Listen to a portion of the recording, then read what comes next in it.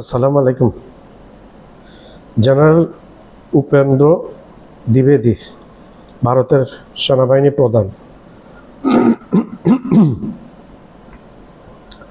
General Upendra দ্বিবেদী সম্প্রতি একটা সেমিনারে বক্তব্য দিয়েছেন। সেখানে উনি বলেছেন ভারত বহুমুখী নিরাপত্তা ঝুঁকিতে আছে। তিনি সন্দেহ প্রকাশ করেছেন ভারত কি আদৌ তার বিশালত্ব ধরে রাখতে পারবে নাকি ভারত টুকরো হয়ে যাবে। জেনারেল উপেন্দ্র দ্বিবেদী বলেছেন বর্তমানে বর্তমানের মতো ভারত যদি বিশৃঙ্খলায় চলতে থাকে তাহলে একটা সময় আসবে রাষ্ট্র হিসেবে ভারত আর অখণ্ডতা বজায় রাখতে পারবে না।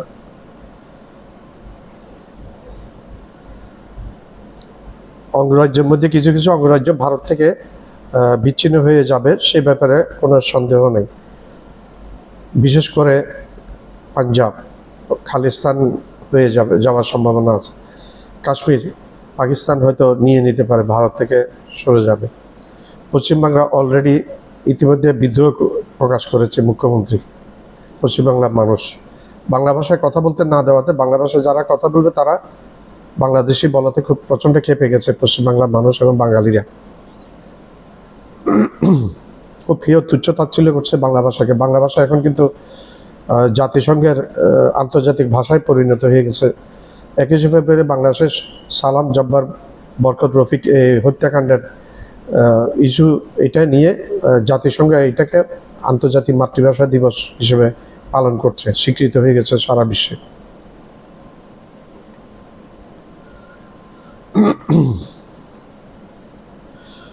দ্বিবেদী দিল্লিতে সম্প্রতি একটি সেমিনারে একটি বইয়ের মোড়ক উন্মোচন করেছেন এবং এই উন্মোচনকালে এই আশঙ্কার কথাগুলো উনি ব্যক্ত করেছেন। তার কথার মধ্যে একটা জিনিস পরিষ্কার হলো যে ভারতের সেনাদের মধ্যে এক ধরনের টানাপোড়েন চলছে, এক ধরনের বিভেদ আছে। একইভাবে এইভাবে চললে ভারত অর্থনৈতিকভাবে হুমকির মুখোমুখি পড়বে। ইতিমধ্যে অর্থনৈতিক হুমকির মধ্যে ভারত পড়ে গেছে। তিনি বলেন কোনো বাহিনী যুদ্ধে জিততে পারবে না একা, সম্মিলিতভাবে যদি না থাকে তাহলে কোনো দেশের কোনো একটা বাহিনী নির্দিষ্টভাবে যুদ্ধে জিততে পারবে না।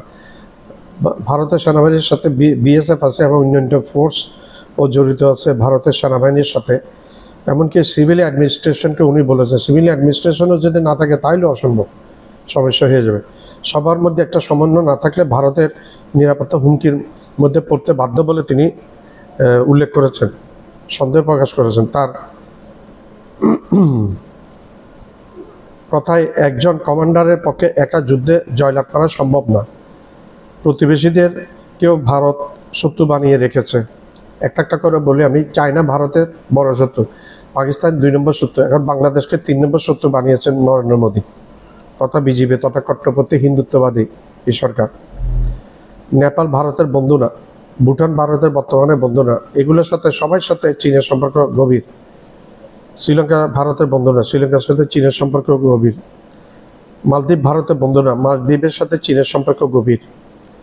বার্মার সাথে বা মায়ানমার সাথে ভারতের বন্ধুত্ব নাই, মায়ানমারের সাথে বন্ধুত্ব আছে চীনের। একইভাবে আমেরিকা ভারতকে এখন শত্রু হিসেবে বিবেচনা করছে এবং সেটা আমি আরেকটু পরে উল্লেখ করব। চীন এবং পাকিস্তান কিন্তু সুযোগের অপেক্ষায় আছে। সীমান্তে অস্থিরতা এবং অভ্যন্তরীণ সন্ত্রাসবাদ মাথাচাড়া দিলে এই আশঙ্কা আরও বেড়ে যাবে বলে ত্রিবেদী উল্লেখ করেছেন। এমনিতে ভারতের 3 বাহিনীর মধ্যে সমন্বয়ের প্রচুর অভাব হয়ে গেছে। ভারতের একটা অনুষ্ঠানে ভারতের নৌবাহিনী এবং বিমান বাহিনী বিপরীতমুখী কথাবার্তা বলেছেন। একটা বাহিনীর সাথে আরেকটা বাহিনীর কথার মধ্যে মিল ছিল না, বিপরীতমুখী কথাবার্তা ছিল। থিয়েটারাইজেশন নিয়ে ভারতের নৌবাহিনী এবং বিমান বাহিনীর মধ্যে পার্থক্য বিরাজমান। ভারতের অর্থনীতি বর্তমানে বিপর্যয়ের মুখে এবং প্রেসিডেন্ট ডোনাল্ড ট্রাম্প ভারতের উপর 50% ট্যারিফ লাগিয়ে দিয়েছে। এতে ভারতের লক্ষ লক্ষ গার্মেন্টস শ্রমিক বেকার হয়ে যাচ্ছে এবং হাজার হাজার গার্মেন্টস বন্ধ হয়ে গেছে। ভারত থেকে বিদেশি কোম্পানিগুলো তাদের শেয়ার উঠে নিচ্ছে এবং উঠে নিয়েছে, অলরেডি জামানতগুলো উঠে নিয়েছে। ডোনাল্ড ট্রাম্প ইতিমধ্যে ইউরোপকে বলেছে 100% ট্যারিফ দেওয়ার জন্য ভারতকে। উঠে পড়ে লেগেছে ডোনাল্ড আমেরিকা ভারতের বিপক্ষে। আমেরিকার থাবা থেকে মনে হচ্ছে না ভারত খুব একটা নিশ্চিন্তে থাকতে পারবে। প্রথমে বিপর্যয় হয়েছে নেপালে সরকারের ভূমিধস পরাজয় হয়েছে, এবং নেপালের প্রথম হয়েছে শ্রীলঙ্কার প্রেসিডেন্ট রাজাপাকসে হেলিকপ্টারে করে পালিয়ে যেতে বাধ্য হয়েছে জন আক্রোশের মুখে। মন্ত্রীদেরকে রাস্তায় পিটিয়েছে এবং একজন মন্ত্রীকে সম্ভবত শুনেছি মেরে ফেলেছে। একই রকম ঘটনা ঘটেছে বাংলাদেশে শেখ হাসিনা ছাত্রদের জেনজির তৎপরতার মুখে পালিয়ে গত বছর 2024 সালে 5ই আগস্ট পালিয়ে ভারতে যেতে বাধ্য হয়েছে এবং এখনও ভারতে আছে। সমগ্র আওয়ামী লীগের লোকজন ভারতে আশ্রয় নিয়েছে এবং সাবেক মন্ত্রীরা, এমপিরা সবাই ভারত এবং অন্যান্য দেশে যেখানে পেরেছে সেখানে আশ্রয় নিয়েছে। এই বছর এই মাসে অর্থাৎ সেপ্টেম্বর মাসে নেপালের সরকারের বিদায় ঘণ্টা বেজে গেছে এবং নেপালের প্রধানমন্ত্রীকে বলা হয় শেখ হাসিনার কার্বন কপি, হুবহু মিল। এই লুটতরাজ, হাসিনার মতো লুটতরাজ এবং সব কিছু একইভাবে করেছে, সন্ত্রাসবাদ এবং বিদেশে টাকা প্রেরণ, দুর্নীতি একই রকম।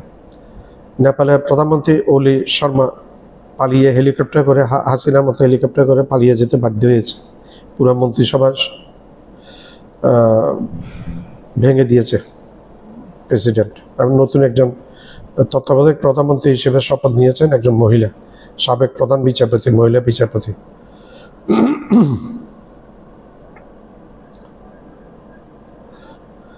মোদির জনপ্রিয়তা কিন্তু এখন ধস নেমে গেছে, একেবারে তলানিতে গিয়ে ঠেকেছে মোদির জনপ্রিয়তা।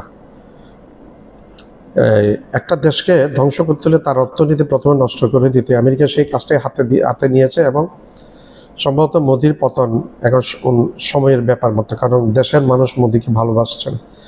বাংলাদেশকেও শান্তিতে থাকতে দেন এই নরেন্দ্র মোদী তথা অমিত শাহ এবং বিজেপি সরকার, কট্টর হিন্দুত্ববাদী, মুসলিম বিদ্বেষী। এবং নরেন্দ্র মোদীকে বলা হয় গুজরাটে কষা, এবং উনি 1000 জন মুসলমান হত্যা করেছে বলে শোনা যায়। এগুলো ভারতীয় লোকদের মাধ্যমে আমরা শুনছি, আমরা নিজেরা বলিনি এগুলো।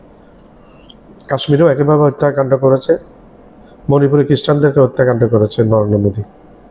তো দিনটা সামনে যে নরেন্দ্র মোদীর জন্য যে ভালো আসছে না, সেটা একেবারে পরিষ্কার হয়ে গেছে। নরেন্দ্র মোদীর জনপ্রিয়তা এখন একেবারে তলানিতে।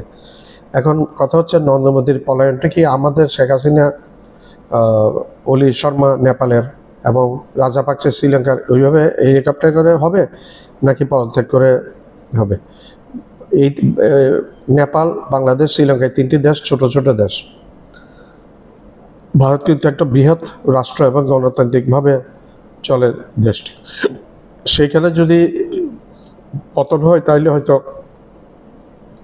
নরেন্দ্র মোদীর সাথে কোয়ালিশন আছে নাইডু, এবং ওই 2টা দলের সাথে কোয়ালিশন করে নরেন্দ্র মোদী এবার ক্ষমতায় আছেন। যে কোনো একজনের সমর্থন প্রত্যাহার করে নিলে নরেন্দ্র মোদীর সরকারের পতন হয়ে যাবে। আর নাহলে গণ আন্দোলনের মুখে নরেন্দ্র মোদী বাধ্য হবে যে পদত্যাগ করে চলে যেতে। আর নরেন্দ্র মোদীর বিরুদ্ধে এবং নরেন্দ্র মোদী সরকার বিরুদ্ধে দুর্নীতির অভিযোগ আছে, সেটা পশ্চিমবাংলার মুখ্যমন্ত্রী রাহুল গান্ধী বলেছে যে নরেন্দ্র মোদী চোর, বিজেপি সরকার চোর। আদানিকে দিয়ে নাকি উনি অনেক চুরি করেছে। যাও, সেটা ভবিষ্যতে বলবে কি হবে।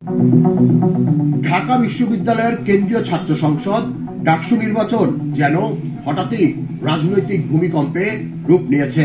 জামাতে ইসলামের ছাত্র সংগঠন, ছাত্র শিবির সমর্থিত ঐক্যবদ্ধ শিক্ষার্থী জোট প্যানেল 15টি গুরুত্বপূর্ণ পদের মধ্যে 9টিতে জয়ী হওয়ায় শুধু বিশ্ববিদ্যালয় নয়, নয়াদিল্লির কূটনৈতিক মহলও শিহরিত। বিশ্লেষকরা বলছেন এই সাফল্য কেবল ছাত্র রাজনীতিতে নয়, বরং মূলধারার রাজনীতিতেও জামাতকে পুনরুজ্জীবিত করার পথ খুলে দিতে পারে। ভারতের সাবেক পররাষ্ট্র সচিব হর্ষবর্ধন শ্রীংলা সম্প্রতি নয়াদিল্লিতে এক সতর্ক বার্তা দেন। তিনি বলেন, চিতা কখনো তার লক্ষ্য হারায় না। অতীতে যাদের কর্মকাণ্ড ভারতের জন্য শঙ্কার কারণ ছিল, ভবিষ্যতেও তাদের কাছ থেকে ইতিবাচক পরিবর্তনের আশা করা যাবে না। শৃঙ্গলা আরো বলেন, ক্ষমতায় যেই আসুক দিল্লি তার সঙ্গে কাজ করবে, কিন্তু কেউ যদি স্বার্থবিরোধী কাজ করে সতর্ক থাকা ছাড়া কোনো উপায় নেই। তার এই বক্তব্য দিল্লির কূটনৈতিক মহলে তীব্র প্রতিধ্বনি ফেলেছে। ভারতের বিরোধী দল কংগ্রেসের নেতা শশী থারুরও উদ্বেগ প্রকাশ করেন। তিনি বলেন, ঢাকা বিশ্ববিদ্যালয়ে ছাত্র শিবিরের জয় আসন্ন নির্বাচনের জন্য একটি সতর্কবার্তা। প্রধান দুই রাজনৈতিক দল আওয়ামী লীগ ও বিএনপি জনগণের অসন্তোষে ক্ষতিগ্রস্ত। যারা তাদের প্রতি বিরক্ত মূলত তারাই জামাতের দিকে ঝুঁকছে। এটি আগামী 2026 সালের ফেব্রুয়ারির নির্বাচনের প্রেক্ষাপট পাল্টে দিতে পারে। ডাকসু নির্বাচনে ঐক্যবদ্ধ শিক্ষার্থী জোটের জয় শুধু প্রতীক নয়, এটি একটি রাজনৈতিক সাসপেন্সের বার্তা। সহসভাপতি, সাধারণ সম্পাদক ও সহকারী সাধারণ সম্পাদক সহ নির্বাচিত 9 প্রার্থী বিশ্ববিদ্যালয়ের রাজনীতিতে নতুন শক্তির আগমন প্রমাণ করছে। এখন প্রশ্ন হচ্ছে, এই জয় কি আগামী জাতীয় রাজনীতিতে প্রতিধ্বনি ফেলবে, নাকি এটি কেবল ছাত্র রাজনীতির একটি অস্থায়ী ঝড় হয়ে থেমে যাবে? আমার চ্যানেলটা লাইক করবেন, শেয়ার করবেন, সাবস্ক্রাইব করবেন, বেল আইকনটা প্রেস করবেন। আবার বলছি, আমার চ্যানেলটা লাইক করবেন, শেয়ার করবেন, সাবস্ক্রাইব করবেন, বেল আইকনটা প্রেস করবেন। সাবস্ক্রাইব করতে ভুলবেন না।